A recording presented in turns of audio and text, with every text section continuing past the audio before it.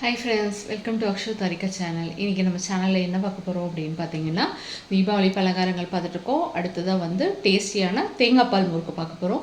வாங்க எப்படி செய்யலாம் அப்படிங்கிறத பார்க்கலாம்.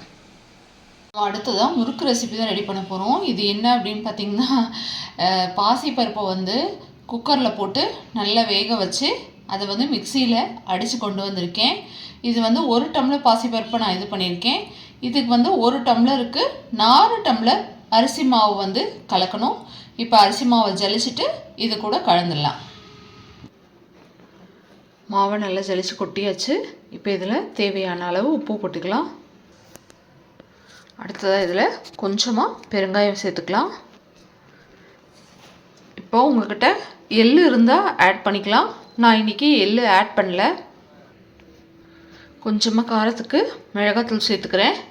சப்போஸ் நீங்கள் வந்து மிளகாய் போட்டு வரமிளகாய் போட்டு அரைக்கிறதா இருந்தால் இந்த பாசிப்பருப்பை மிக்சியில் போட்டு அரைக்கும் போதே வரமிளகாயும் சேர்த்து ஊற வச்சு அரைச்சிடலாம்.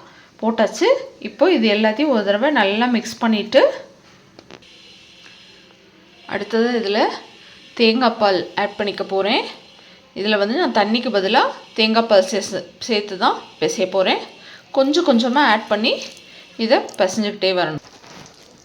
மாவு நல்லா பிசைஞ்சிட்டு கடைசியாக கொஞ்சம் பட்டரை உருக்கி இது கூட சேர்த்து நல்லா பிசைஞ்சிருங்க. அவ்வளோதான், முறுக்கு மாவு ரெடி ஆகிடுச்சு. முறுக்கு மாவை இந்த மாதிரி ஒரு கரண்டியை திருப்பி வச்சு புழிஞ்சு வச்சுருக்கேன். இது அப்படியே நல்லா சுடுற எண்ணெயில் எடுத்து போட வேண்டியது தான். எண்ணெயை சுட வச்சுருக்கேன். இதில் ஒரு துண்டு இஞ்சி போட்டிருக்கேன். அது போட்டோம்னா நமக்கு வந்து சீக்கிரம் அந்த சிக்கு வாடை வராது அப்படின்னாங்க. அதனால் எண்ணெயில் வந்து இஞ்சி போட்டிருக்கேன். இப்போ நம்ம செஞ்சு வச்ச முறுக்கை எடுத்து இதில் போட்டுற வேண்டியது தான். நம்மளோட முறுக்கை எண்ணெயில் சேர்த்தாச்சு.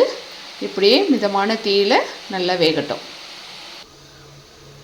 பாருங்க, சூப்பராக நம்மளோட முறுக்கு ரெடி ஆகிடுச்சு.